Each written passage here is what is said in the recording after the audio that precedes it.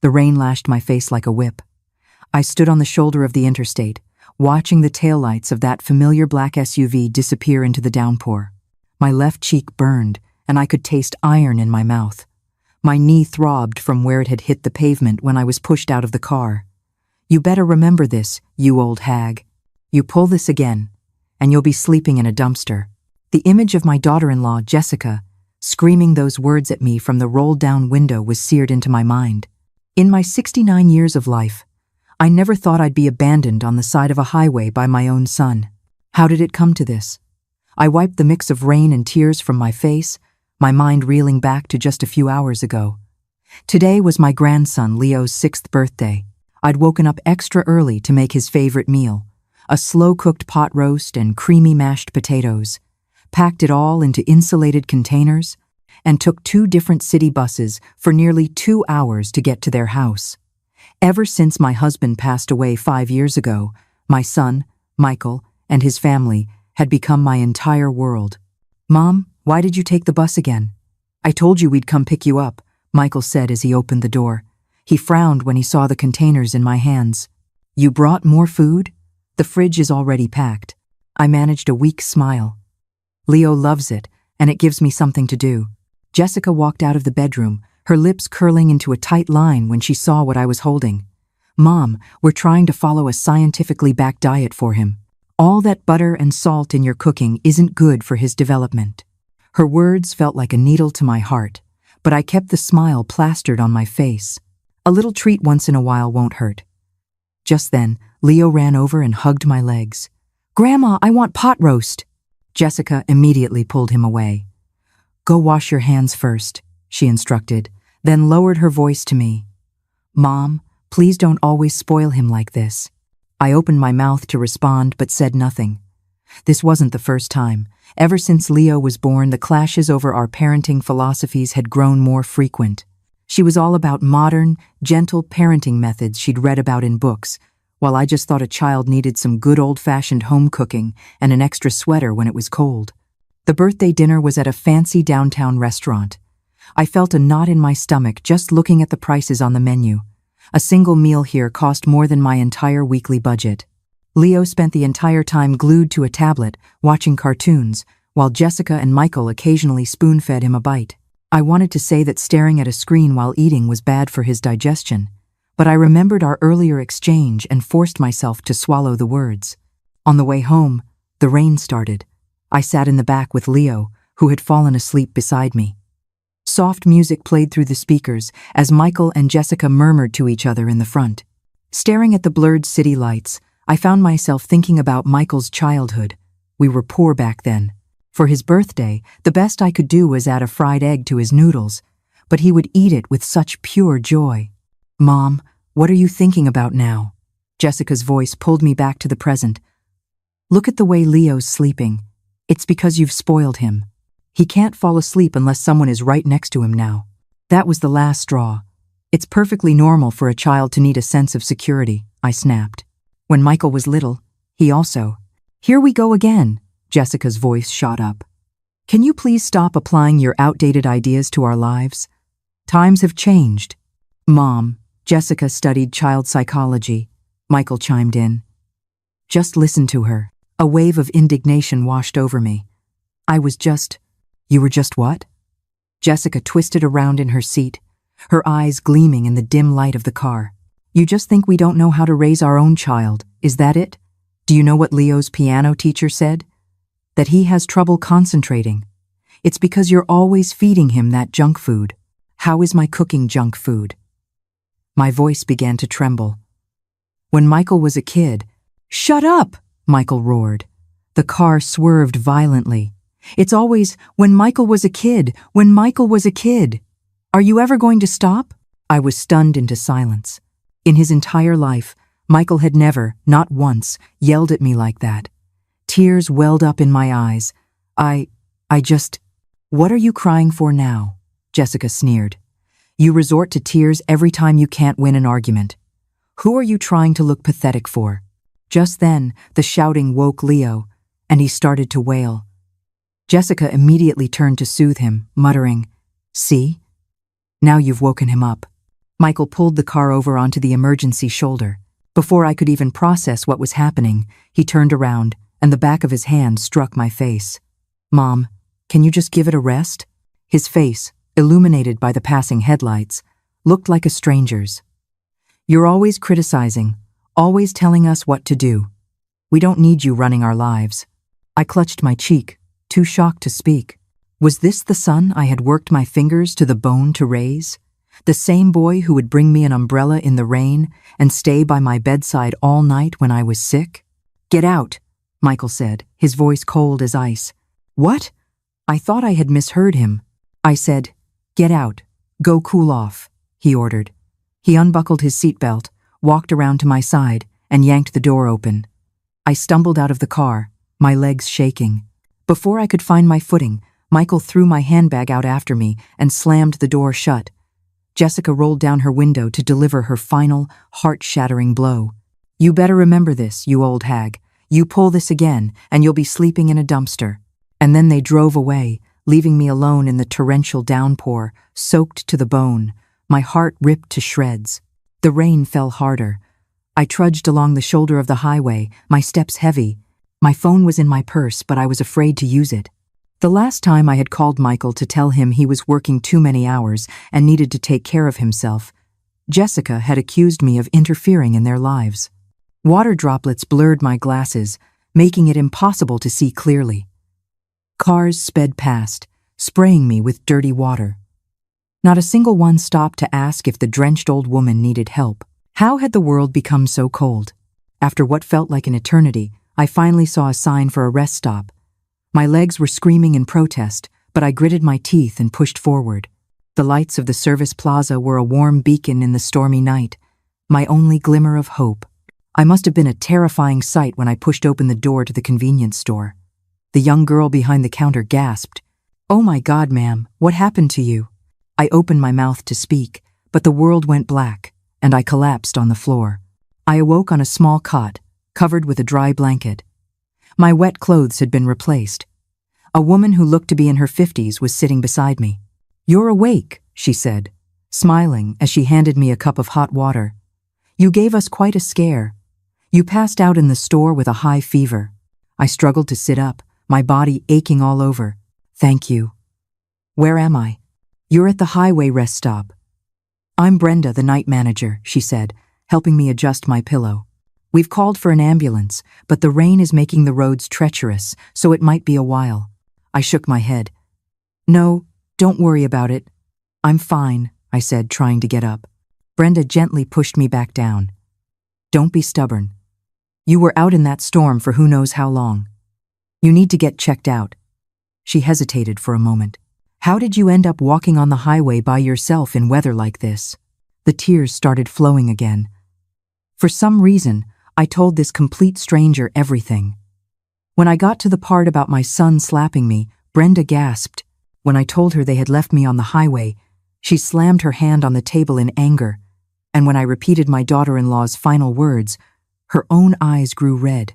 "Bastards," Brenda seethed. "I have a son.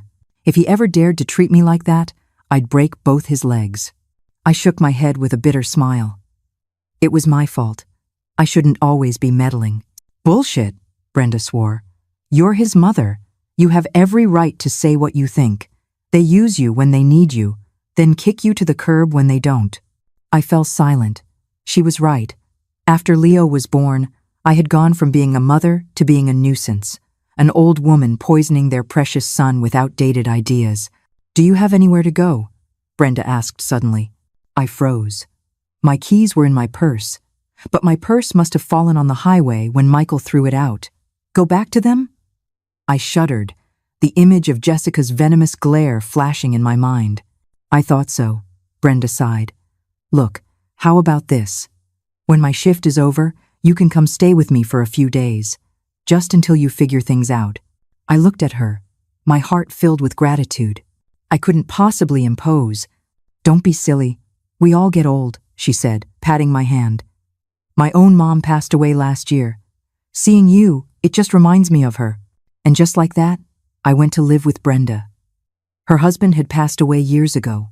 My fever spiked to 103 degrees, and Brenda took time off work to care for me. 3 days later, the fever broke. As I sat on Brenda's small balcony, soaking in the sun, I watched the elderly people below doing Tai Chi, walking their dogs, and playing with their grandchildren. It struck me then that my life had nothing in it besides Michael and his family. "Brenda, I've made up my mind," I announced at dinner that night. "I'm going to live for myself for once." Brenda put a piece of fish on my plate. "What do you mean?" "I'm 69 years old. I don't have many years left," I said, putting down my chopsticks. "All these years, every penny I saved went to my son. I barely touched my own retirement money, always thinking I should leave more for them. Now I see how foolish that was." Brenda nodded. "So, what are you going to do?" "I'm going to travel," I said, the decision surprising even myself. When I was young, I always dreamed of seeing the Southwest, but I never had the chance. Her eyes lit up. "That's a wonderful idea. I have a cousin who runs a little bed and breakfast in Santa Fe. I can put you in touch." The next day, I used Brenda's phone to call the county office to get replacements for my ID and senior card. Then I went to the bank to report my savings book as lost. Thankfully, I was the only one who knew the password. A week later, with a temporary ID in hand, I withdrew the $7,000 I had saved over the years. "Are you really leaving?" Brenda asked on the way to the train station, her voice tinged with sadness. I nodded. "You didn't just save my life, Brenda. You saved my soul." She gave me a tight hug. "Message me when you get there." As I sat on the train heading towards Santa Fe, watching the landscape rush by, I felt a sense of release I had never experienced before. For 69 years, I had lived for everyone else. My parents, my husband, my son, my grandson. Now, finally, it was my turn to live for me. Meanwhile, hundreds of miles away, my son Michael was in a state of utter panic. After they had driven for some distance that night, Jessica had suddenly said, "Don't you think that was too much? In this rain?" It was as if Michael had woken from a trance. He slammed on the brakes and spun the car around. What have I done? I must have been crazy. But when they returned to the spot, I was gone. They called the police, who reviewed the traffic cameras. The footage only showed a blurry figure stumbling toward the rest stop before disappearing into the rain. If anything happens to her. Michael's whole body trembled as he gave his statement at the police station. Jessica was terrified too, but she still tried to sound defiant. Well, she should have just kept her mouth. "Shut up!" Michael screamed at her. "That's my mother." In the following days, they printed hundreds of missing person flyers, posted on every social media platform, and even went on a local news program. But they had no idea that the confused elderly woman with mild dementia, who might not remember her address they were looking for, was already on a southbound train, starting a new life. 3 months later, in Santa Fe, I sat on a bench by the duck pond in the city park, watching the birds glide across the water, a smile playing on my lips. These 3 months had been some of the happiest of my life. Brenda's cousin, Carol, treated me like a sister, showing me every charming street and hidden courtyard in the city. I joined a senior tour group and visited the Grand Canyon and Zion National Park. To my great surprise, in a small gallery in Sedona, I met a group of like-minded seniors. We made a pact to become snowbirds and go to Florida together for the winter, a plan we were already discussing enthusiastically in a group text on the smartphone I had just learned to use. I had changed so much. I had a chic new short haircut, bought a stylish floral dress, and learned how to use mobile payments and call an Uber. Carol said I looked at least 10 years younger. Even my chronic high blood pressure had improved significantly. Today was the first weekend after returning to Santa Fe, and I had arranged to meet Carol at the mall to buy some local crafts to send to Brenda. We were in a small shop picking out turquoise jewelry when a familiar voice made me freeze. "Mom?" I turned around slowly. It was Michael. He looked like he had lost a lot of weight, with dark circles under his eyes. He was holding several shopping bags. Beside him stood a shell-shocked Jessica and Leo. "Grandma!" Leo broke free from Jessica's grasp and ran to hug my legs. Tears streamed down my face as I knelt and hugged my grandson tightly. "Leo, you've gotten so tall." Michael rushed over, looking me up and down. "Mom, you. His gaze fell on my new clothes and hairstyle, Then to my glowing complexion, he was speechless. Jessica stood a few feet away, her face pale. "Mom, we've been looking for you for 3 months." I stood up, wiped my tears, and said calmly, "I'm fine. You don't need to worry." Suddenly, Michael fell to his knees. Right there, in the middle of the busy mall, he knelt before me. "Mom, I was wrong," he sobbed like a child. That night, I don't know what came over me. I deserved to die. People started to stare and whisper. Carol tactfully led Leo away to look at some pottery. I looked at my kneeling son, and the peace I had cultivated over the past 3 months shattered. The memories of all the nights I had cried myself to sleep came flooding back. "Get up. Don't make a scene," I said softly. He refused. "Mom, please come home with me. These 3 months have been a living hell. The police said you might. He couldn't finish the sentence. Jessica approached, her head bowed. "Mom, I'm so sorry. That day, I was just so impulsive." I looked at the daughter-in-law, who had once cursed me so viciously, and noticed the new lines around her eyes, the dullness in her hair. I realized then that their past 3 months hadn't been easy either. "I'm not going back for now," I said, voicing the decision I had long since made. "I've rented an apartment here in Santa Fe. I've made a lot of friends." Michael looked up, his eyes wide with disbelief. "Mom, you can't forgive me?" I sighed. "I forgive you, Michael, but I can't go back to living the way I did before." I paused, gathering my thoughts. "Son, I've had a lot of time to think. After your father passed away, I placed all my hopes on you. That was my mistake. A mother shouldn't stake her entire existence on her child." Michael stared at me, as if he were seeing me for the first time. "I plan to live here for the long term," I continued. "I'll come back to visit Leo sometimes. And you're always welcome to visit me here." Jessica burst into tears. "Mom, we really know we were wrong. Leo asks where Grandma went every single day." At the mention of my grandson, my heart softened. "I'll video call him often," I said, pulling out my phone. "Let's add each other on Facebook." Michael looked at me, expertly navigating my smartphone, his expression a mixture of shock and awe. "Mom, when did you?" I smiled. "Just because you're old doesn't mean you can't learn new things." We exchanged contact information and agreed to a video call the following week. As they were leaving, Michael suddenly asked, "Mom, were you happy these past 3 months?" I looked out the window at the brilliant New Mexico Sunday. "Yes," I said honestly. "Happier than I've ever been." The look in Michael's eyes was a complex cocktail of guilt, shock, and something I had never seen there before. Respect. "That's good," he whispered. "Mom, I patted his shoulder. "Go on now, drive safe." Watching my son and his family walk away, I felt a strange sense of calm. At 69 years old, my life was just beginning. Back in my small rented apartment, I set down the bag of gifts and sat in the rocking chair by the window, lost in thought. The sun filtered through the sheer curtains, casting a warm patch of light on the floor. 3 months ago, I could never have imagined I would reunite with my son's family this way. My phone buzzed. It was a message from Carol. "You saw your son. How did it go?" I replied, "It was calmer than I expected. They don't look like they've been doing well."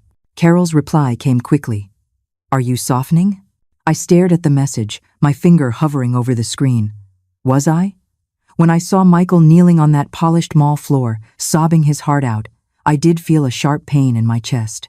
He was the child I had carried for 9 months, the flesh and blood I had raised. But strangely, apart from that fleeting pang, what I felt more was a sense of release. "No," I finally typed back, but I did promise to video call with Leo. Putting my phone down, I went to the small kitchen to start dinner. The 1-bedroom apartment, which Carol had helped me find, was small but bright and affordable. I had learned to cook a few simple Southwestern dishes and planned to try my hand at a green child stew I'd had at a restaurant and couldn't stop thinking about. Just as the stew began to simmer, my phone rang. A video call from Michael. My heart skipped a beat. We had said next week, but it had only been 3 days. When I answered, Leo's round face filled the screen. "Grandma," he shouted excitedly. "Daddy told me to call you." My eyes instantly filled with tears. Leo, you're such a good boy. Have you had dinner yet? He pouted. I want to eat Grandma's pot roast. The camera shook, and I saw Michael's hand on Leo's shoulder. He looked even more haggard than he had at the mall, his stubble more pronounced. Mom, his voice was hoarse. Leo wouldn't stop fussing to see you. I adjusted the phone's angle to show the window behind me and the small succulents on the sill. When you come to visit, I'll make it for you, okay? Grandma, why don't you come home? Leo asked innocently. My little bed is still there. The question was a knife in my heart. Off camera, I heard a soft sniffle. It must have been Jessica. Michael's expression tightened. He quickly changed the subject. Mom, it looks really nice where you are, so much brighter than our house. I went along with it. Yes, it faces south, so it gets great Sunday. And see this? It's a woven blanket I bought in Sedona. Doesn't it look nice on the wall? Michael stared at the screen, his gaze complicated. Are you getting used to living alone? It's wonderful, I said with a genuine smile. There's a farmer's market right downstairs and a small park across the street. A lot of seniors do Tai Chi there in the morning. I've started joining them. Mom, Michael started, then stopped. I'll take some time off next week and come get you. It was so matter-of-fact, just like all the times in the past decade, he had come to take me to the doctor, to their house for the holidays, or to stay with them after my husband died, as if I were an accessory to be picked up and dropped off. That's not necessary, I said, my tone gentle but firm. I want to spend the winter here. The winters in Santa Fe are so pleasant, not cold and damp like back home. My firm refusal, something he had never heard from his mother who always just said okay, was met with a stunned silence. After a moment, Jessica's face appeared at the edge of the screen, her eyes red and swollen. Mom, Leo hasn't been eating well lately. The doctor said there's nothing wrong, he's just being picky. I could almost hear the sound of her gritting her teeth, asking for help from the woman she had called an old hag. It must have been incredibly difficult for her. Try a little ginger ale, I said, catching myself giving the kind of old-fashioned advice she despised. I quickly added, but of course, you should listen to the doctor. To my surprise, Jessica didn't argue. Instead, she took out her phone to make a note. How much should I give him? The question astonished me. We talked for a few more minutes about gentle remedies for an upset stomach, and the atmosphere was surprisingly harmonious. Suddenly, a wave of dizziness washed over me, and I gripped the edge of the table. Mom, what's wrong? Michael asked, his eyes sharp. Nothing, I said, quickly composing myself. My arm is just getting tired from holding the phone. It's time for Leo to go to bed, isn't it? Michael glanced at the time. Oh, it's almost 9. He hesitated. Mom, we really are sorry. It's in the past, I interrupted. Let's video call again on the weekend. Give Leo a kiss for me. After hanging up, I sank into my rocking chair. The dizzy spell was worse than I'd thought. My blood pressure had indeed improved since coming to Santa Fe, but recently I'd been having these sudden moments of vertigo. I had brushed them off as a normal part of getting older. The next morning, I received a call from an unknown number. Hello. May I speak with Helen Miller? A young woman's voice asked. This is she. Hi, my name is Linda. I'm a teacher at the Santa Fe Senior Center. Carol recommended you for our spring classes. We're holding registration now, and I was wondering if you might be interested.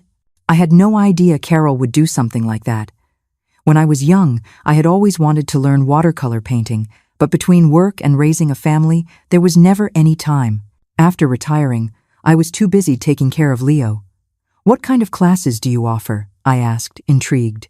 We have watercolor, pottery, photography, smartphone basics, and even line dancing and a choir, Linda said enthusiastically. Hearing the word watercolor, my heart beat a little faster. How much is the tuition? It's $100 for the semester, with a senior discount for those over 65. The price was much more reasonable than I had expected. After hanging up, I did some quick math. My monthly retirement check was about $3,200. Rent was $1,500, and living expenses were about $1,000. That left $700. Before, I would have saved every cent for Leo's college fund. To hell with it, I muttered to myself. I would sign up for the watercolor class and the smartphone class. Even though I knew the basics, I wanted to learn how to book train tickets online and make doctor's appointments. On registration day, I met Arthur. He was 5 years older than me, a retired middle school art teacher who now taught watercolor at the senior center. He wasn't tall, and his hair was mostly white, but he stood up straight and spoke with a gentle, patient voice. "You're from back east, Helen," he said, looking at my registration form. "Yes, I've been in Santa Fe for 3 months now. And do you like it here?" "I love it. The weather is beautiful, and the people are so kind." He smiled. "If you love painting, the mountains and flowers of New Mexico are the perfect subjects." During our first class, Arthur taught us how to hold the brush. When he came to my station, he gently adjusted my fingers. "Not so tight. Relax. Let the brush do the work." His fingers were warm and dry, and for a moment, they reminded me of my late husband teaching me how to write when we were young. The memory brought a lump to my throat. After class, he stopped me. "Helen, have you studied art before? Your wrist is very steady." I was surprised by his perceptiveness, a little when I was young, but I haven't picked up a brush in decades. "I can tell you have a good foundation," he said, handing me a slip of paper. "This is the address for our art studio. We have free practice hours on the weekends. You should come by." I took the paper, feeling a flutter of a long-forgotten excitement. When I got home, I excitedly called Carol to tell her about the class, but I could tell from her voice that something was wrong. "Helen," my cousin called me. "Michael and his family went to the police station to withdraw the missing person report. They said they found you." My heart sank. "Did he contact you?" "Yes," Carol sighed. "Your son kept apologizing, saying he wants to bring you home." "I didn't tell him your exact address, just that you were doing well in Santa Fe." "Thank you." Carol hesitated. "He said you have a specific blood pressure medication at home. He wanted me to remind you to get a refill." That's when I remembered. I was almost out of one of my prescriptions. Could I get it filled here? Would I need to see a new doctor and get all new tests? As I thought about it, that familiar wave of dizziness returned. "Helen, are you okay?" "I'm fine," I said, forcing a cheerful tone. "I'll go to the clinic tomorrow." I sat on the sofa, lost in thought. Was Michael's call to Carol a genuine act of concern? Or was it a way to find out where I was? Could I trust him again? Outside, the Santa Fe night sky was filled with stars. I looked at the clumsy bamboo leaves I had painted in class and suddenly smiled. At 69, I was learning to paint, learning to doubt my son, learning to make decisions for myself. It all felt so surreal, yet so right. During the third watercolor class, Arthur was teaching us how to paint plum blossoms. I was focused on outlining the delicate petals when the world started to spin. The ink on my paper blurred into a dark smudge, and a buzzing filled my ears. "Helen? Helen?" Arthur's voice seemed to come from far away. I tried to answer, but my lips wouldn't move. The next thing I knew, I was falling forward like a sack of flour. When I woke up again, the harsh white light made me squint. The smell of antiseptic told me I was in a hospital. "She's awake," a young female doctor said, leaning over to check my pupils. "Ma'am, do you know where you are?" "The hospital." My voice was raspy. "What happened to me?" "You had a mild stroke. It's a good thing you were brought in so quickly," the doctor said as a nurse adjusted my IV drip. "You have a history of high blood pressure, right? Have you been taking your medication regularly?" It hit me then. I had run out of that specific medication 3 days ago. I had planned to go to the clinic on the weekend. "We tried calling the contact listed as son in your phone, but we couldn't get through," the nurse said. "Does he have a new number?" I remembered that Michael had called me from a new number after we met at the mall, a number I hadn't saved. "There's a friend." "Carol," I said weakly. Soon, Carol rushed into the hospital, carrying my insurance card and some toiletries. The doctor said I needed to stay for observation for a week. Carol held my hand. "You silly woman. Why didn't you tell me you were out of your medicine?" I apologized with a weak smile. That afternoon, Arthur arrived with a thermos of porridge. "The class sent me as their representative to check on you," he said, placing the thermos on the table and pulling a stack of cards from his bag. "These are get-well wishes from everyone. I opened the top one. In the shaky handwriting of an 80-year-old classmate, it read, "Helen, get well soon. We're waiting for you to teach us how to mix that perfect shade of green." My eyes filled with tears. "I made the porridge myself," Arthur said, opening the thermos. "It's good for your digestion." Carol gave me a knowing look. "Arthur stayed with you all night.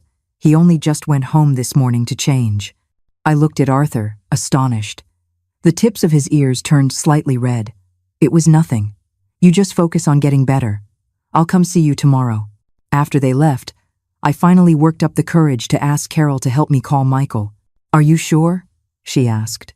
"If they know you're in the hospital, they'll—" "I know," I sighed. "But it was a stroke. They have a right to know." Carol dialed the number and briefly explained the situation. I could hear Michael's voice, suddenly sharp and loud, through the phone. "What hospital? Which room? We're on our way." After she hung up, Carol shook her head.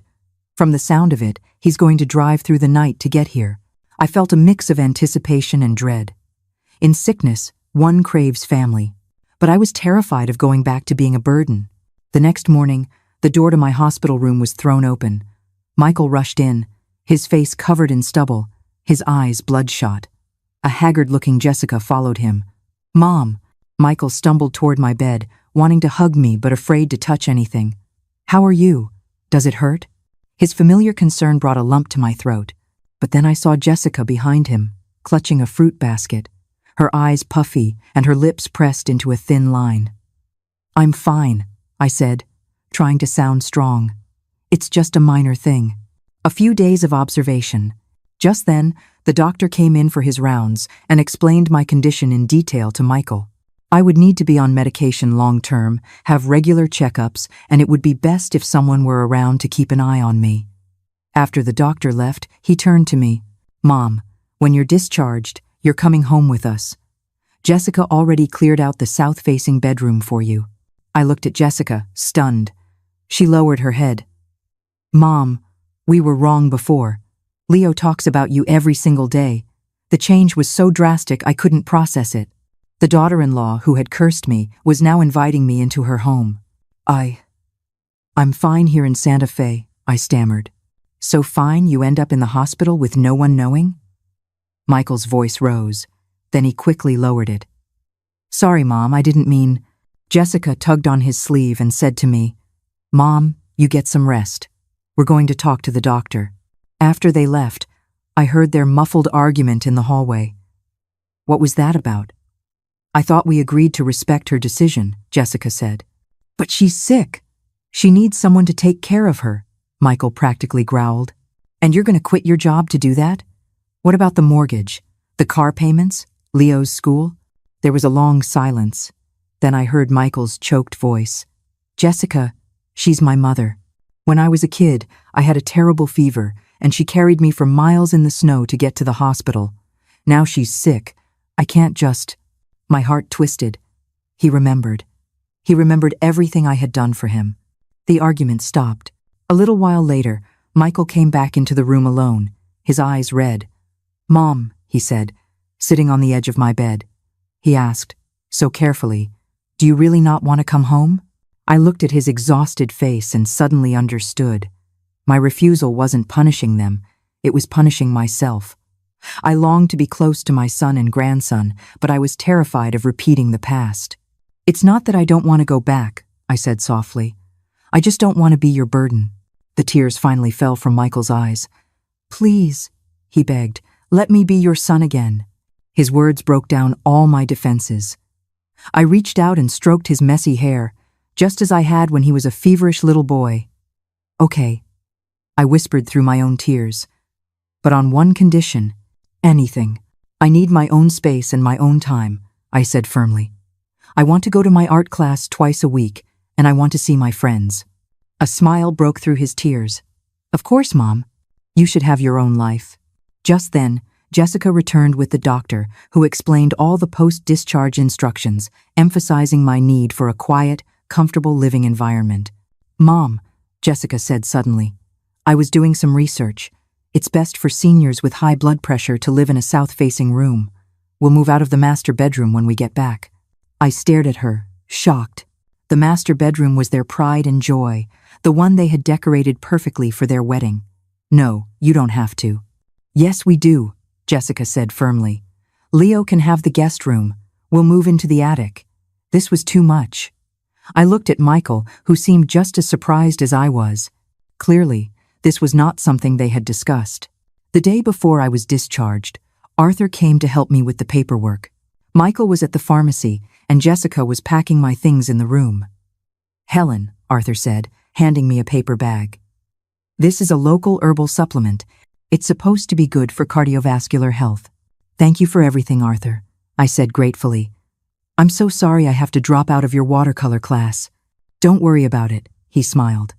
"I have a beginner's textbook for you. You can practice at home." He took a book from his bag, and I saw a slip of paper tucked inside. While Jessica wasn't looking, I glanced at it. It was a phone number, and the words, "Call anytime." My heart beat a little faster. Michael returned from the pharmacy and paused when he saw Arthur.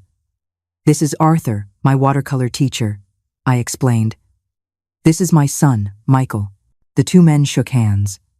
I noticed Michael sizing Arthur up, his expression a mix of curiosity and suspicion. "Mom mentions you often," Michael said. Arthur smiled. "She told me you won an award for a drawing you did as a child." Michael looked at me, surprised. "You still remember that?" "Of course," I said softly. "The picture you drew, my mom, is still in the old photo album." Michael's eyes reddened again. He turned to Arthur. "Thank you for taking care of my mother. She means the world to me." On the day we left Santa Fe, both Carol and Arthur came to see me off. Carol pressed a huge bag of local specialties into my hands. "Call any time you want to come back," she said. Arthur handed me a rolled-up scroll. "A small gift. You can open it on the way." In the car, I carefully unrolled the scroll. It was a beautiful ink wash painting of a single plum blossom with a line of calligraphy that read, "Blooming alone in the cold." Tears fell onto the rice paper. "Mom, that Arthur fellow," Michael said, looking at me in the rear-view mirror. "He's just a teacher," I said quickly, then realized how defensive I sounded. "A very nice, patient teacher." Jessica turned around and gave me a long, meaningful look, but said nothing. As the car sped down the highway, the scenery blurring past, I thought about how, just 3 months ago, I was abandoned on a road just like this, soaked and hopeless. Now, I was sitting in my son's car, carrying gifts from new friends, returning to the home that had once hurt me so deeply. Life was a strange, winding road. I looked out the window and noticed the wildflowers blooming brightly on the roadside. As we pulled into our familiar neighborhood, my heart began to pound. 3 months ago, I had left this place in shame. Now, what role was I returning to?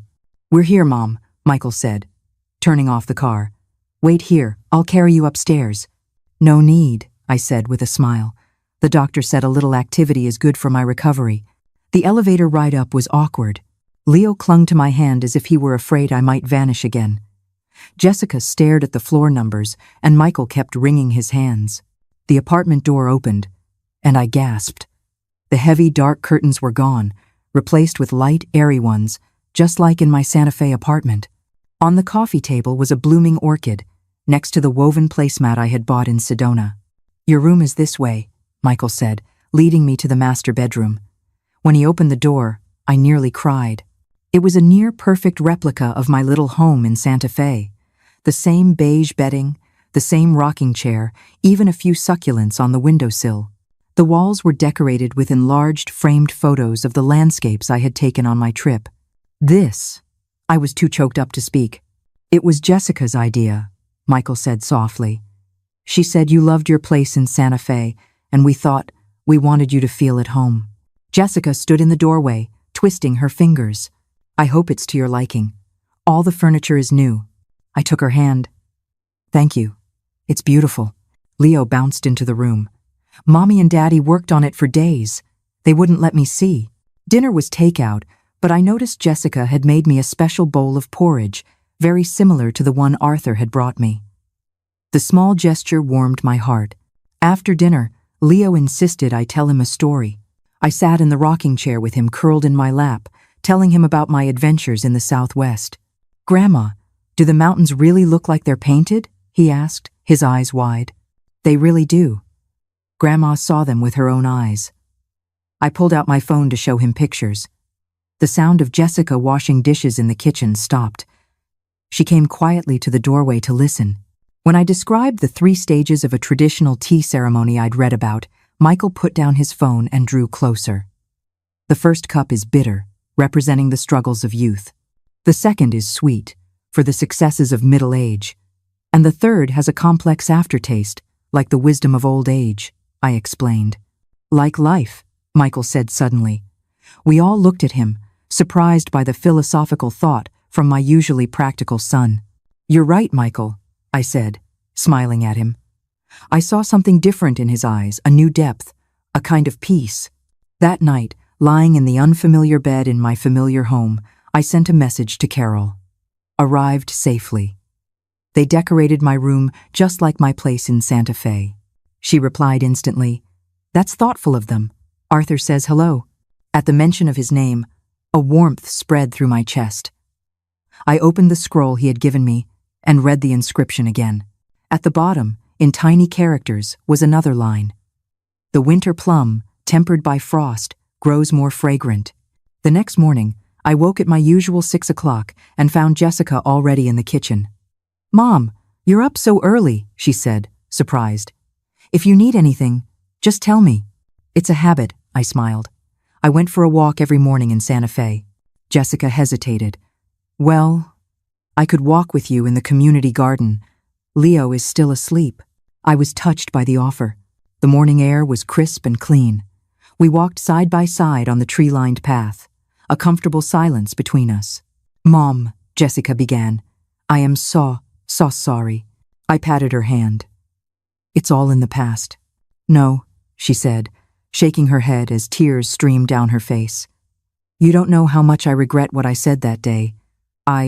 I stopped and gently hugged her. I was at fault too. I was too stubborn. I thought about it every day for 3 months, she sobbed, wondering if something terrible had happened to you. Leo kept asking if he was the reason you left. My heart ached. Silly boy. It had nothing to do with him. When we got back, Michael was up, clumsily trying to make breakfast. He looked visibly relieved to see us return together. "Mom, what are your plans for today?" he asked at the table. "I was thinking of going to the community center," I said. "I learned some new line dances in Santa Fe. I could teach the ladies here." Michael and Jessica exchanged a look. "I'll drive you." "No need," I said with a smile. "Do you remember where my bus pass is?" Michael stared at me for a moment, then jumped up and started rummaging through a drawer. "Here it is. You still remember how to use it?" "Of course," I said, taking the card. "After your father passed, this card was my companion for 3 years. The ladies at the community center were thrilled to see me. They gathered around as I shared stories of my travels and taught them a few new dance steps. The center's director even invited me to lead a performance at next week's community event. On the way home, I stopped by the pharmacy to refill my prescription and picked up some herbs at the market. I had overheard Jessica telling Michael that Leo was being a picky eater again. That evening, just as I predicted, Leo pushed his food around his plate. Jessica sighed in frustration, but this time, instead of scolding him, she tried to patiently coax him. I quietly went to the kitchen, brewed a mild herbal tea, and placed it on the table. Jessica looked at it, then poured a small cup for Leo. Surprisingly, after a few sips, his appetite seemed to improve. "Mom?" Jessica whispered. "Thank you." In this way, I slowly reintegrated into the family, but on entirely new terms. I was no longer the timid, meddling mother-in-law, but a woman with her own life. Every Tuesday and Thursday morning, I taught dance at the community center. Every evening from 7 to 8 was my designated painting time. Michael had bought me a complete set of watercolor supplies. On weekends, I would cook pot roast for Leo. Jessica no longer objected, only asking that I use less salt and butter. One day, Michael came home from work early and heard me on a video call in my room. "Arthur, I'm still having trouble with this wash technique. Relax your wrist a bit more," came Arthur's gentle voice from the tablet speaker. That's it. You're making wonderful progress, Helen. Michael stood outside the door, his expression unreadable. At dinner, he asked casually, Mom, you and that Mr. Arthur keep in touch often? We have a video lesson once a week, I answered honestly. I can't just give up on my painting. Jessica's chopsticks paused midair, but she said nothing. Late that night, I got up for a glass of water and heard them talking softly in the living room. She's at her age. What could possibly happen? Jessica was saying. That's not what I mean, Michael sighed. It's just, these 3 months in Santa Fe, she's like a different person. A better person, don't you think? Jessica replied softly. She's happier, healthier. She has so many friends, and she's even more forgiving with us. Michael's voice was laced with confusion, but sometimes I feel like she doesn't need me anymore. Hearing that, I quietly retreated to my room. My son's words were both heartbreaking and affirming. He was finally learning that love isn't about control, but about letting go. The next day, I offered to teach Michael and Jessica how to paint. Leo joined in the fun, and soon our family was gathered around the coffee table, learning to paint little chicks. Mom, what made you want to learn this? Michael asked, awkwardly holding the brush. I always wanted to learn when I was young, I said, adjusting his grip. But there was never time between work, taking care of your father, and running the house. Jessica looked up. And now? Now, I said, looking at them both, it's time to live for myself. Michael's eyes grew red. He looked down, and a single tear fell onto the paper, blooming like an unexpected little flower. Life settled into a rhythm that was smoother than I expected, though not entirely without its bumps. I maintained my schedule of going to the community center on Tuesdays, Thursdays, and Saturdays, spending the rest of my time at home. This new routine was difficult for Michael to accept at first. Mom, isn't today Thursday? He asked one rainy morning as he saw me putting on my shoes. Yes, it is. The choir has rehearsal, I said, tying my rain boots. But, he hesitated. Jessica has to work late, and I was hoping you could pick up Leo from preschool. I paused. What time does he get out? 4 o'clock. I calculated the time. Rehearsal ends at 3. That's plenty of time. Michael looked relieved, but also a little embarrassed. Or I could just leave work early. I looked him straight in the eye. Michael, I am capable of managing my own schedule. If I need your help, I will ask for it, okay? He blinked, then nodded. We had this type of conversation often over the next few months. His instinct was to manage my life, and my new instinct was to draw a clear boundary. The rain had stopped by the time I got to the preschool. Leo shot out of the classroom like a little cannonball. Grandma, look at the dinosaur I drew. The teacher said it looks like a chicken. He chattered on for a moment before his face fell, and then I pushed him. He looked down at his shoes. The teacher said she needs to talk to my parents. Sure enough, the teacher gently suggested that Leo's parents needed to work with him on his emotional regulation. On the way home, Leo was quiet and sullen. At dinner, when Jessica heard he had gotten into a fight, her first reaction was to scold him. How could you push someone? Haven't I taught you to use your words? Leo's lip began to tremble. I interjected softly. Jessica, can I tell a story? She looked at me, confused, but nodded. In a faraway land, I began, putting down my fork. There was a little tiger cub who was always teasing the other animals. One day, he made fun of the little deer's legs, saying they looked like twigs, and he even kicked a little rabbit. Leo's eyes were wide with attention. And what happened? Well, the wise old owl told the tiger cub that every creature in the forest is special. The deer's legs would heal, and the rabbit's fur would grow back, but the hurt in their hearts might leave a scar forever. Did the tiger cub say sorry? Leo asked. He did. And he also learned to use his eyes to see the beauty in others, I said, stroking his hair. For example, maybe the other boy's drawing had really wonderful colors. Leo thought for a moment. He drew a Tyrannosaurus Rex. It was purple. It was pretty cool. Jessica stared at me, a flash of admiration in her eyes.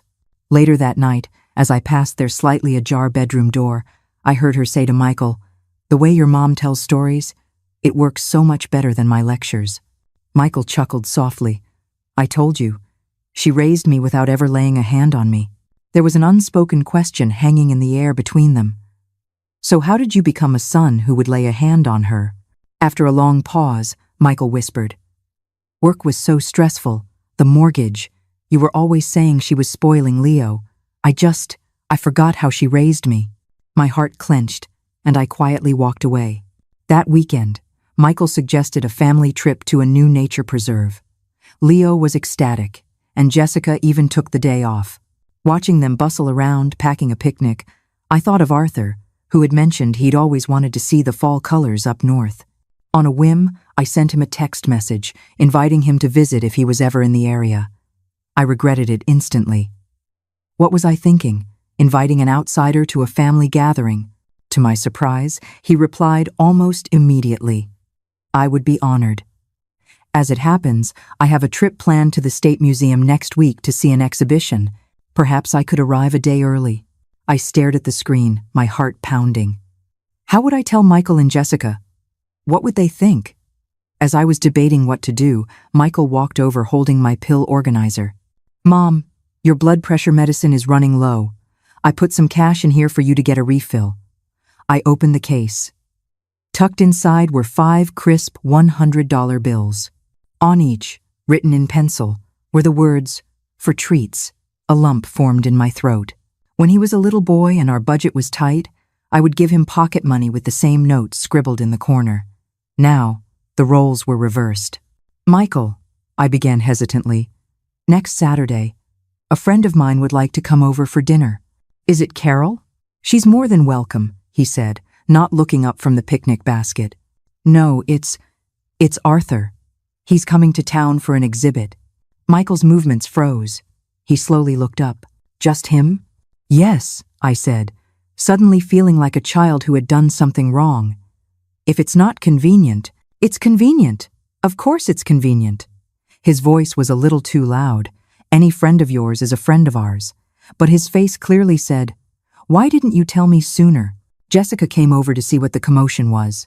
Mom's friend, Mr. Arthur, is coming for dinner next week, Michael said, almost through gritted teeth. Jessica raised an eyebrow, then surprised me by saying, oh, that's wonderful. I've been meaning to ask him for some advice. Leo's school is having an art fair, and I want to help him with a project. Michael whipped his head around to stare at his wife, his eyes full of disbelief. The atmosphere in the car, on the way to the preserve, was a little tense. Michael drove aggressively, braking sharply several times. Jessica, on the other hand, was unusually chatty, trying to fill the silence. Leo, oblivious in the back seat, pointed out everything he saw. Grandma, look, a giant pinwheel, he shouted, pointing to a distant hill where a row of white wind turbines spun slowly in the autumn Sunday. They're beautiful, I said. They look a bit like the ones in your photos from Sedona, don't they? Jessica asked. I was surprised she remembered. A little, I said, but the ones in Sedona are closer to the red rocks. Michael glanced at me in the rearview mirror but said nothing. At the preserve, Leo ran wild like a colt let out to pasture. We followed behind, admiring the golden ginkgo trees and fiery red maples. Mom, let me take a picture of you, Jessica suggested. The red leaves here are different from the ones in Santa Fe. I stood under a maple tree, looking at my daughter-in-law behind the lens. 3 months ago, this woman had cursed me. Now, she wanted to take my picture. Life was truly strange. Michael walked over quietly and stood behind her, looking at the phone screen. Just as Jessica pressed the shutter button, he reached out and put his arm around my shoulder. In the photo, my expression shifts from surprise to a soft smile. Michael's gaze is tender and complex. The background is a blaze of crimson leaves. When we got home, Michael hid on the balcony to smoke a cigarette. He had quit 5 years ago. His behavior worried me. I'll go check on him, I said to Jessica. She shook her head. Let me. You should rest. Through the glass door, I saw them arguing. Michael looked agitated, while Jessica remained calm. Finally, he slumped into a chair, and she gently rubbed his back. At dinner, Michael made a sudden announcement. Jessica and I were talking. From now on, Sundays will be our official family day. The rest of the week, everyone is free to do their own thing. And for the day your friend visits, I'll do the cooking." The concession was so abrupt that I looked at Jessica, who gave me a subtle wink. That evening, I got a video call from Arthur to show me a painting he was working on. "This is based on the landscape you described from your hometown," he said, holding up an unfinished canvas. We spent a half-hour discussing brush strokes, completely unaware that my bedroom door had been quietly pushed open, then closed again. The next morning at breakfast, Michael had dark circles under his eyes. "Mom, you and Mr. Arthur were talking pretty late last night." "Oh, did we disturb you?" I asked, feeling guilty. "No, not at all," he said, then added, "He seems to admire you a lot." Jessica kicked him under the table. I put down my chopsticks, deciding it was time to be direct. "Arthur is a very good friend. He taught me to appreciate beauty again." I chose my words carefully. "Just like Santa Fe taught me to be independent." Michael's hand trembled, spilling porridge on the table. "I'm sorry," he said, frantically wiping it up. "Michael," I said softly, "you will always be my son. That will never change." He froze, tears welling in his eyes.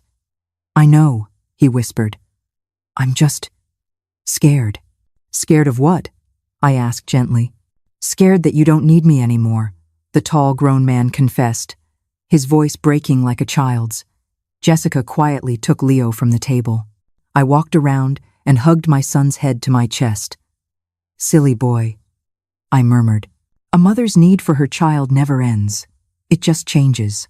After Leo left, the atmosphere in the house subtly shifted. Michael no longer showed anxiety about my social activities, and Jessica often sought my advice on parenting. We seemed to have found a new equilibrium. That weekend, I packed a small bag for a reunion at the senior center in Santa Fe, organized by Carol to celebrate its anniversary. "How many days will you be gone?" Michael asked, leaning against the doorframe. 3 or 4. "Is Arthur going to be there?" "Yes, he's a guest of honor." Michael was silent for a moment. "Mom, are you happy?" The question made me pause and reflect. "Yes," I said. "I am. I have you. I have my friends. I have my own life. I feel very fulfilled." He nodded, then pulled an envelope from his pocket. "For treats."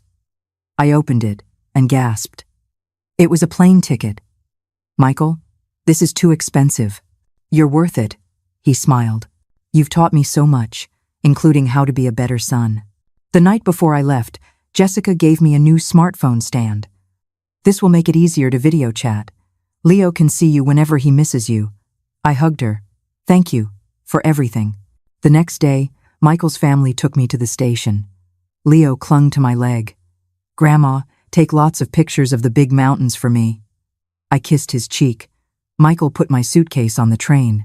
"Mom, have a great time," he said. "If you miss us, just call. I'll come get you. Not come home soon, but have a great time." His words brought tears to my eyes. As the train pulled away, I watched the 3 of them waving on the platform and understood. Home wasn't a cage, it was a harbor. A place you could always sail from and always return to. My phone vibrated. It was a message from Arthur. "See you tomorrow. I look forward to hearing your new stories." I smiled and replied, "I have so many to share." Outside the window, the world rushed by. At 69, I was writing the freest chapter of my life. I had roots, and I also had wings. The Santa Fe sun streamed through the hotel window. I stretched and checked my phone. 8 in the morning. The reunion at the senior center started at 10. Carol had booked a hotel for me close to the venue, so we old gals could chat all night, as she put it. I had 3 unread messages. The first was from Michael. "Mom, did you get there okay? Leo drew a picture for you." Attached was a colorful, wobbly drawing of a person labeled Grandma. I smiled, saved the picture, and replied, "Tell Leo his drawing is much better than Grandma's." The second was from Jessica. "Mom, don't forget your medicine. The temperature changes a lot in Santa Fe, so dress warmly." This level of concern was unimaginable 3 months ago. I texted back my thanks and promised to bring them some local cookies. The third was from Arthur. "See you at the center. I have a surprise for you." It was followed by a smiley face emoji. My heart did a little flip, a reaction I quickly told myself was inappropriate. As I washed my face, the person in the mirror seemed like a stranger. Her hair was short and stylish, her complexion rosy, even the wrinkles around her eyes seemed softer. Was this really the same woman who had been left to die in a rainstorm, filled with despair? The reunion was in the senior center's main hall. The moment I walked in, Carol rushed over to hug me. "Helen, I've missed you so much." Behind her were 24 of my former classmates, all beaming. Surprise! Arthur stepped out from the crowd, holding a beautifully mounted scroll. "This is for you." He unrolled it to reveal a stunning, intricate painting of a peony, with the inscription, "Tempered by frost, grows more fragrant." "Arthur," I whispered, my fingers lightly touching the petals, "this is too much." "Not nearly as precious as the painting of the city park you gave me," he said with a smile, referring to the clumsy, amateurish piece I had insisted on giving him before I left. Carol nudged me. "He stayed up for nights finishing that, you know." "Nonsense," Arthur said, his ears turning red. "Don't listen to her, Helen." Amid the laughter, a sharp pain shot through my chest, radiating down my left arm. The room went dark, and the scroll slipped from my fingers, clattering to the floor. "Helen! Helen!" A chorus of voices exploded around me, but all I could see was Arthur's face, wide with terror. Then, the world went black. When I woke, the familiar smell of antiseptic told me I was back in the hospital. A young doctor was checking the monitors. "She's awake," he said, leaning over. "Ma'am, do you know where you are?" "The hospital." My voice was a rough whisper. "What happened?" "You had a heart attack. It's a good thing you were brought to the ER so quickly," he said, adjusting my IV. "We'll need to do an angiogram and possibly put in a stent. Is your family here?" "Family." The word made my throat ache. I shakily reached for my phone on the nightstand, but it wasn't there. "Here it is," Arthur said from the doorway. He rushed to my bedside and handed me the phone. "Carol is taking care of the paperwork. I brought all your things." The doctor looked from him to me. "And you are?" "A friend," Arthur answered quickly, though his ears were red again. I took the phone, my son's contact name staring back at me, a painful reminder of that night on the highway. Was I now, once again, the needy mother calling for help? My thumb hovered over the call button for a long time before I finally pressed it. "Mom," Michael's voice was cheerful. "Are you having fun at the reunion?" "Yes," I said, trying to keep my voice steady. "It's wonderful. I'm just at the hospital for a routine checkup." The doctor suggested an angiogram. There was a sudden silence on the other end, followed by muffled sounds, and then Jessica's voice. "Mom, which hospital are you at?" "We're coming right now." "No, don't be silly," I said weakly. "Leo has school." "Mom," Michael's voice was suddenly stern. "Tell me the truth. What happened?" It was the same tone he used when I tried to hide a fever from him as a child. A mother knows her son, and a son knows his mother. "It's my heart," I finally admitted. "It's serious." Less than 10 minutes after I hung up, Carol rushed into the room. "Helen, Michael said he's driving through the night to get here. He told me to tell you not to be afraid, that he's got everything under control." His words, relayed through a friend, made the tears I'd been holding back finally fall. The same son who had abandoned me in the rain was now racing through the night to save me. The procedure was scheduled for the next morning. Arthur insisted on staying the night, no matter how much I protested. Late that night, the pain returned, sharp and terrifying. I curled into a ball, biting my lip to keep from crying out. "Helen," Arthur noticed immediately. He took my hand. "Is it bad?" I nodded, cold sweat drenching my hospital gown. He pressed the call button for the nurse and, with his other hand, began applying gentle pressure to a point on my wrist. "Breathe with me, Helen." Slowly, after a nurse gave me a painkiller, just before I drifted off, I heard Arthur tell the doctor, "Her son will be here in the morning. She's a very strong woman. She never likes to show her weakness." His words made me think of when Michael was little and sick, how I would stay up all night sponging him down, then pretend to be full of energy for work the next day. He had seen my strength. He understood. When I opened my eyes again, it wasn't Arthur sitting by my bed, but Michael, his face haggard and his eyes bloodshot. "Michael," I whispered, unable to believe he was there. So fast. Did you speed? He managed a weak, raspy smile. Got 3 tickets. It was worth it. I noticed his suit was wrinkled, his tie askew. I took the earliest flight. He squeezed my hand. Mom, the doctors told me everything. You need the angiogram and maybe a stent. They need a family member to sign the consent forms. I looked at his exhausted face and realized that in the eyes of the law, I was now an old woman who needed her son's permission to be treated. The thought made my throat tighten. I'm sorry to trouble you, I whispered. Michael's eyes immediately filled with tears. Mom, don't ever say that. Before the procedure, the doctor explained all the risks. Michael listened intently, asking sharp, intelligent questions, like the engineer he wasn't. When it came time to sign the forms, his hand shook so badly he could barely hold the pen. Don't be scared, I found myself comforting him. It's a minor procedure. He forced a smile. I know. My mom is the bravest person I know. The angiogram revealed a severe blockage. As they wheeled me into the operating room, I saw Michael at the end of the hall on the phone, his back rigid with tension. The surgery was a success. When I was back in my room, Jessica and Leo were there. Leo ran to my bed, but Jessica quickly pulled him back. Gently, Grandma's sore. I'm not sore, I smiled weakly. Come here, let Grandma see you. Jessica's eyes were red, her usual perfect makeup slightly smudged. Mom, you scared us to death. Michael stood behind her, holding a stack of papers. It's all taken care of, he said. A private room, the best cardiologist in the hospital. That evening, Jessica took Leo to a hotel to rest, and Michael insisted on staying the night. I woke up thirsty in the middle of the night and saw him sitting in the chair by the window, his face in his hands, his shoulders shaking.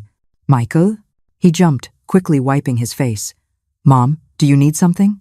What's wrong? Nothing, he said, pouring me a glass of water. Go back to sleep. But I could see the tear tracks on his cheeks.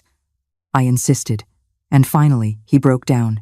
I almost lost you again, he sobbed, kneeling by my bed.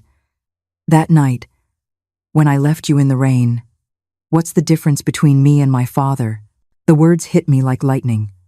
My husband, his father, had been a man with a violent temper, especially when he drank. When Michael was 10, he had watched his father slap me across the face. He had launched himself at the man, biting his hand, and had been beaten for it. That night, holding my bruised and battered son, I had sworn I would leave him. Michael, I said, my voice trembling as I stroked his hair. You are nothing like your father. How am I different? He cried, looking up at me with a pain I had never seen before. I hit you too. I became the monster. So that was it. For 30 years, he had lived in the shadow of his father's abuse. I forced myself to sit up, ignoring the ache in my chest, and pulled him into a tight hug. Listen to me.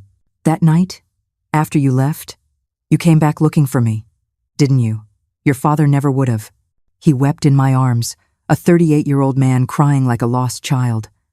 I just held him, patting his back, just like I did when he had nightmares as a little boy. The next afternoon, Arthur arrived with his thermos. He stopped short when he saw Michael, then politely introduced himself. Mr. Arthur, Michael said, surprising me by extending his hand. I've heard a lot about you. Thank you for taking care of my mother. It was my duty as a friend, Arthur said, a little flustered. I made some soup. It's good for the heart. As he served the soup, I noticed Michael watching him, and I suddenly asked Arthur, weren't you a doctor before you retired? A middle school art teacher, Arthur replied with a smile. Healthy cooking is just a hobby. Over the next few days, Arthur visited daily, each time with a different healthy meal and a hand-drawn get-well card. Michael's attitude toward him slowly shifted from suspicion to respect. He even started asking Arthur for advice on diet and nutrition. On the 5th day, I woke from a nap to find Arthur standing by my bed, gently brushing a stray piece of hair from my forehead. At that exact moment, Michael walked in carrying a bag of fruit. The two men froze, staring at each other. Arthur quickly pulled his hand back. I just came to drop off some soup. Michael walked into the room silently, set down the fruit, and said, Thank you for everything you've done for my mom. After Arthur left, Michael sat by the bed, peeling an apple. "Mom," he said casually, "Mr. Arthur seems like a nice man." My heart skipped a beat. "But," he continued, choosing his words carefully, "at your age, you need to be careful with new friends. Your heart can't take too much excitement." I didn't know whether to laugh or cry. "What are you talking about?" He grinned, scratching his head. "Okay, forget I said anything." The next afternoon, Jessica came to relieve Michael. She insisted on helping me with a sponge bath. This was the same daughter-in-law who used to subtly complain about my old people smell, now carefully and gently washing my arms and back. Her fingers paused on a faint scar on my lower back. "This is from when I had Michael," I explained. "He was a breech birth. I needed a C-section." Jessica's hand trembled. "The scar is so long." "The surgical techniques weren't as good back then," I said lightly. "You women have it so easy now, with epidurals and everything." Suddenly, she started to cry, her tears falling onto my back. "Mom, I'm so sorry. I never knew." I turned and took her hand. "It's all in the past." The day before I was discharged, the doctor gave us a long list of instructions. Michael diligently typed everything into his phone while Jessica was on her phone with our local clinic, arranging for follow-up care. "Mom," Michael said after the doctor left, "Jessica and I have been talking. When you get back?" I tensed, afraid he would insist I move in with them. "We rented a small ground-floor apartment with a little yard for you, just a 5-minute walk from our place." He smiled. "You'll have space for a garden, and Leo can come visit you right after school." The arrangement was so unexpectedly perfect, so thoughtful. It gave me both independence and support. "Thank you," I said, my voice thick with emotion. On the drive home, Michael drove with extreme care, constantly checking on me in the rearview mirror. Jessica kept turning around to ask if I was warm enough, if I needed a drink. Leo sat beside me, chattering away about preschool. The sun streamed through the windows, warm and comforting. I thought of the inscription on Arthur's painting. "Tempered by frost, grows more fragrant." Maybe that's what life was. You had to go through the storms to truly appreciate the bloom. The small apartment was, in fact, a beautifully furnished 2-bedroom unit in a lovely senior living community right next to their neighborhood. The ground floor unit opened onto a small patio with a table, chairs, and several large flower pots. "The clinic is right across the street," Jessica said, helping me inside. "And there's a grocery store and pharmacy on site." The apartment was filled with light, with floor-to-ceiling windows looking out onto a small garden. The bedroom was simple, with a single bed, a small desk, and the framed photos from my trip hanging on the wall. "Do you like it?" Michael asked anxiously, setting down my bags. "We tried to match the style of your place in Santa Fe." I looked around, my throat tight. "I love it. But it must be so expensive." Michael and Jessica exchanged a smile. "Mom," Michael said, "we didn't rent it. We bought it." "You bought it?" I nearly fell over. "How could you? You have a mortgage." "I got a promotion last year," he said. "And besides, Jessica and I owed you this." "Please, Mom, just relax and enjoy it," Jessica added. "We've arranged for a cleaning service to come twice a week, and you can either eat at the community dining hall or cook for yourself." I sank onto the sofa, speechless. This was more than I could have ever dreamed of. It was independence, but without the loneliness. "What about Leo?" I asked. "He'll be here right after school," Jessica laughed. "He was our project supervisor for decorating this place. He insisted that you needed a dinosaur pencil holder on your desk." The image of my grandson, diligently placing a T-Rex on my desk, made me smile. After I was settled, Michael took me to the community clinic. A kind, middle-aged doctor reviewed my medical history and gave me an emergency alert bracelet. "If you feel any discomfort, just press this red button. Someone is on call 24 hours a day," she explained to Michael, who took notes on everything. He even asked questions I hadn't thought of, like whether I could still do line dancing or have an occasional glass of red wine. On the way back, I asked him, "Michael, how do you know so much about cardiac care?" Pushing my wheelchair, he answered quietly, "I've done a lot of reading these past 3 months." I realized then that he had been preparing for this day ever since I had disappeared. As promised, Leo burst through the door the moment he got out of school. "Grandma, where's my dinosaur pencil holder?" he yelled, running to the desk. Satisfied that it was in its proper place, he pulled a small paper packet from his backpack. For you, Daddy and I got them. I opened it. Inside were a few sunflower seeds. The teacher said, if we plant them now, they'll bloom in the summer, Leo explained excitedly. They'll be even taller than me. Holding the tiny seeds, I thought of the towering golden sunflowers in Arthur's garden in Santa Fe, always facing the Sunday.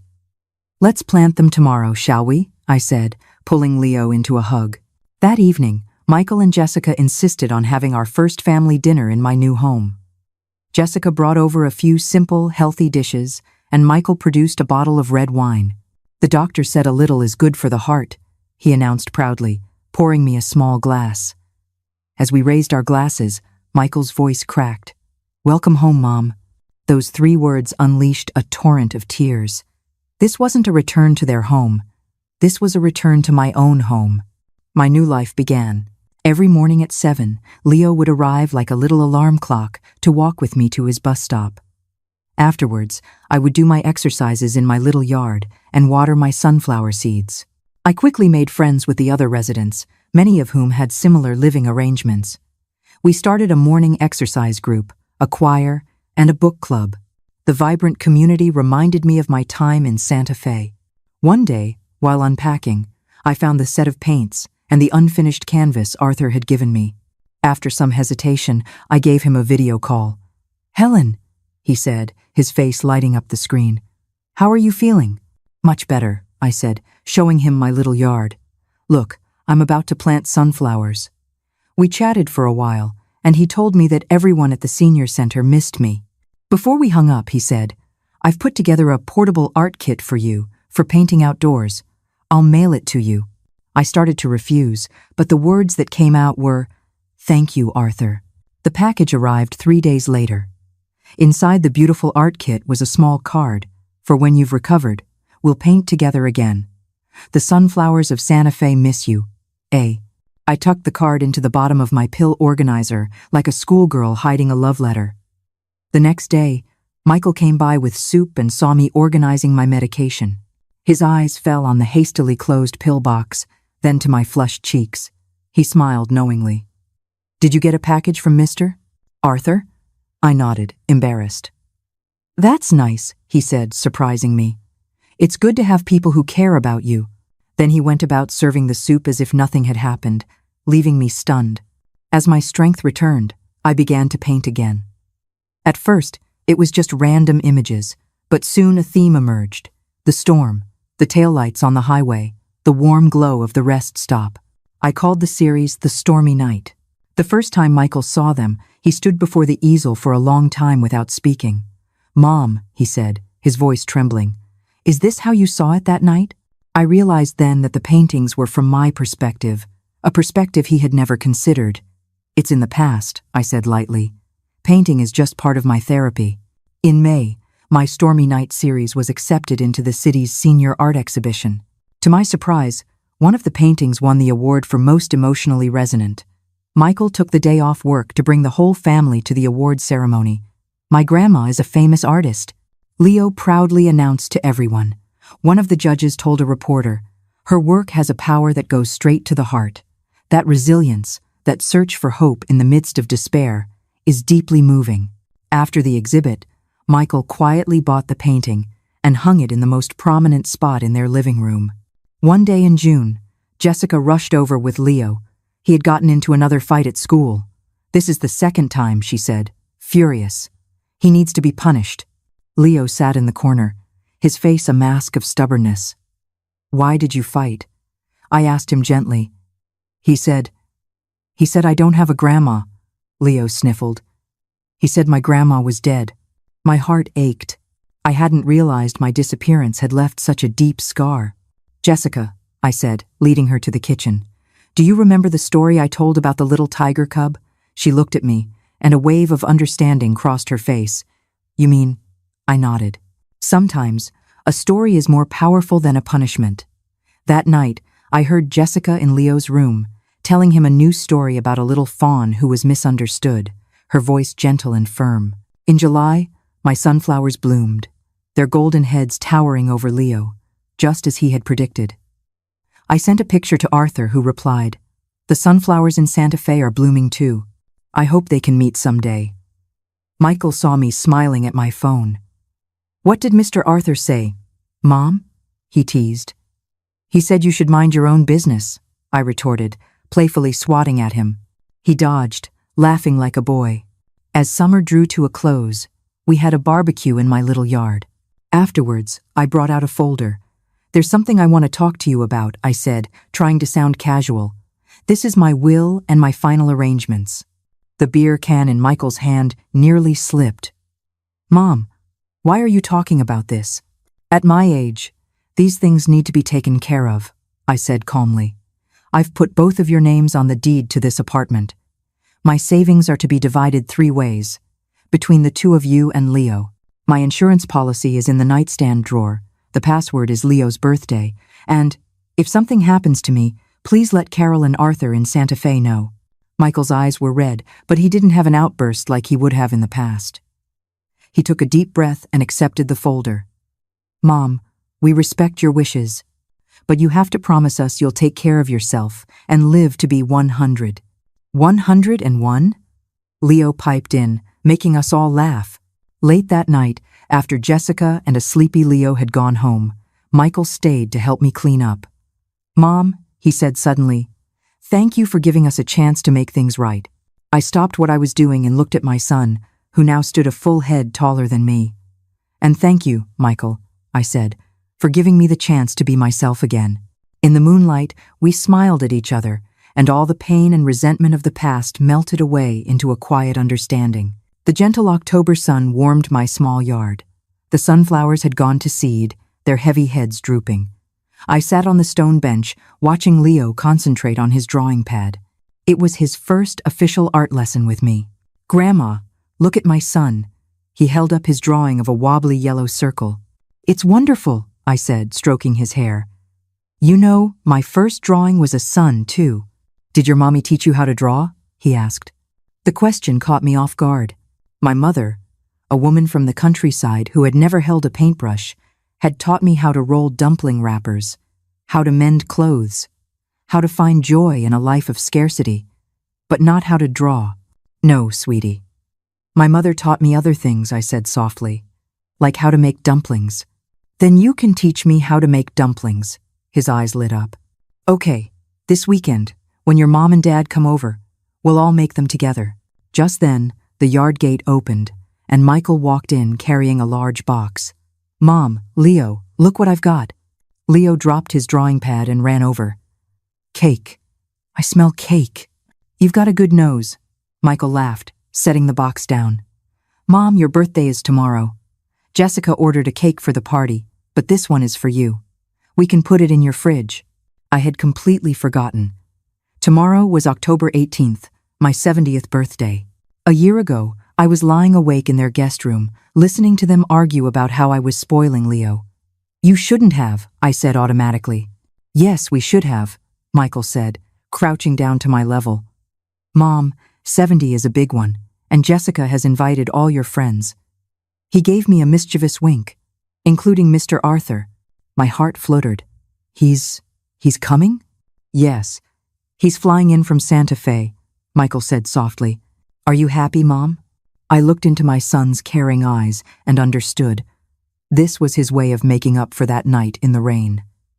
"I'm happy," I said, patting his hand. "But what makes me happiest is seeing the man you've become." Michael's eyes reddened. He pretended to fuss with the cake box. "Leo, can you help Daddy take this inside?" After Leo had triumphantly carried the box indoors, Michael took a piece of paper from his briefcase. "Mom, I found something. I was hoping I could read it at your party tomorrow." It was a yellowed page from a diary, the edges soft with age, covered in a child's scrawling handwriting. "My mom. Remember?"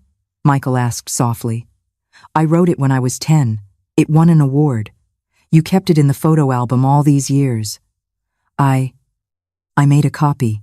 I took the paper, and an image flashed in my mind. A small boy, running home, waving a certificate in the air. That was before his father's drinking started, when our small family was poor but full of hope.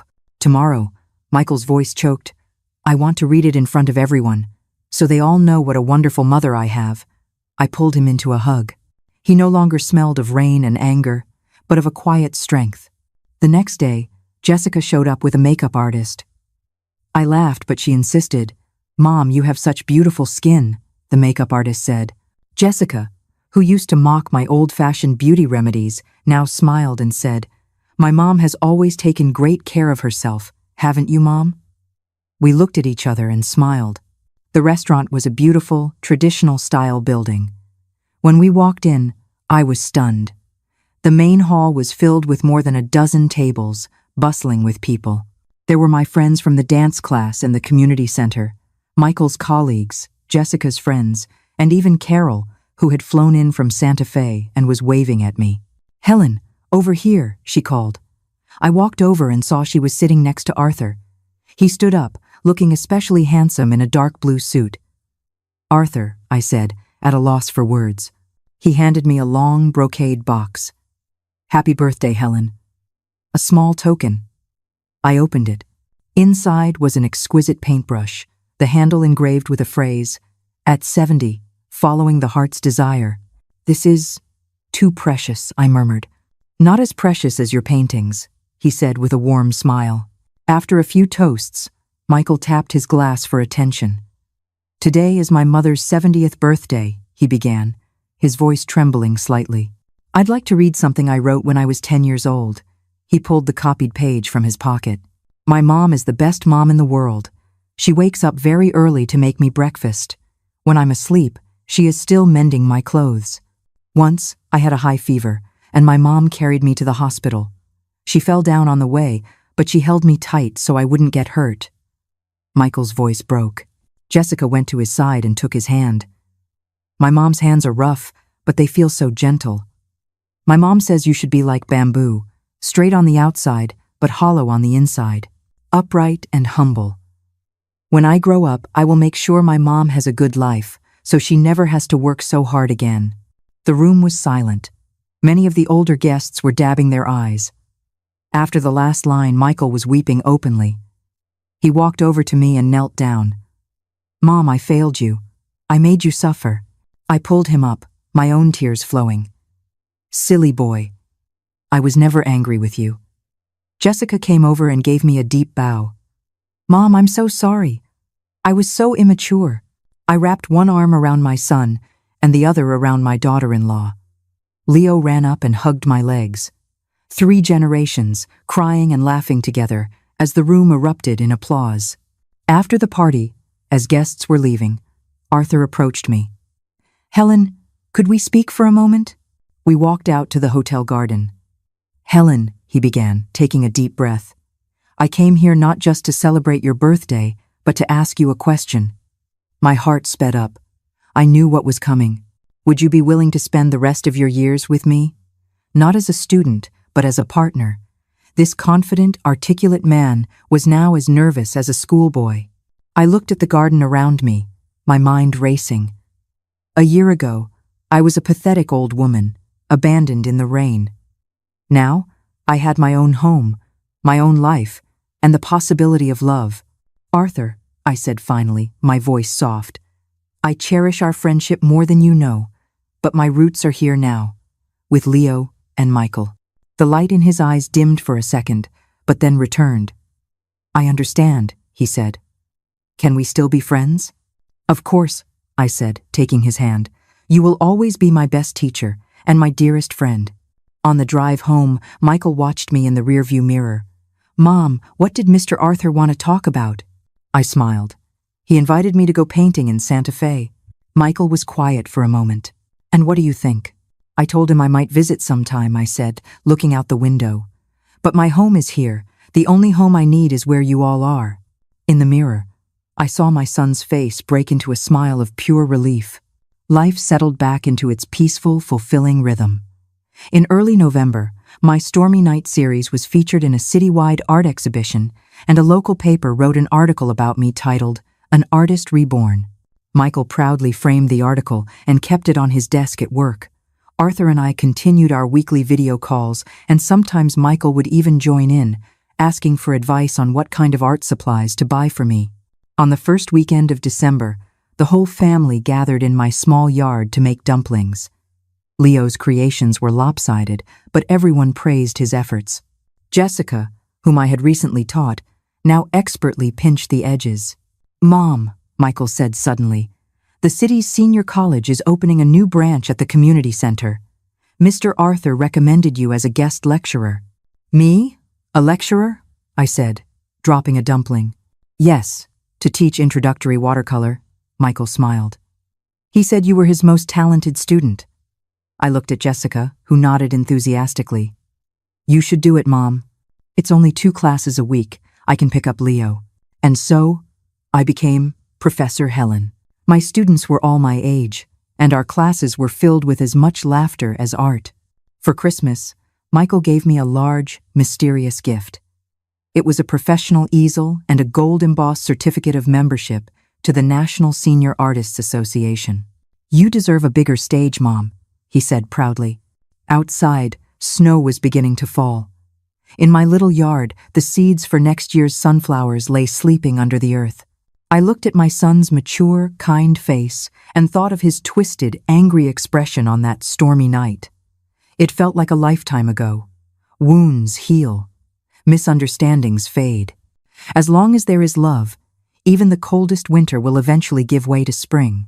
"Michael," I said, patting his hand, "the proudest accomplishment of my life is having a son like you." He hugged me tightly, just like he did when he was a little boy. "Grandma, look at the dumpling I made." Leo ran over, holding up a lopsided creation. I took the small dumpling, which held the hopes of 3 generations, and placed it gently on the tray. "It's perfect," I said. "Let's go cook them." As the steam rose from the pot, I could almost see next summer's golden sunflowers blooming in the yard, and my grandson, my little Leo, sitting among them, painting his first perfect flower.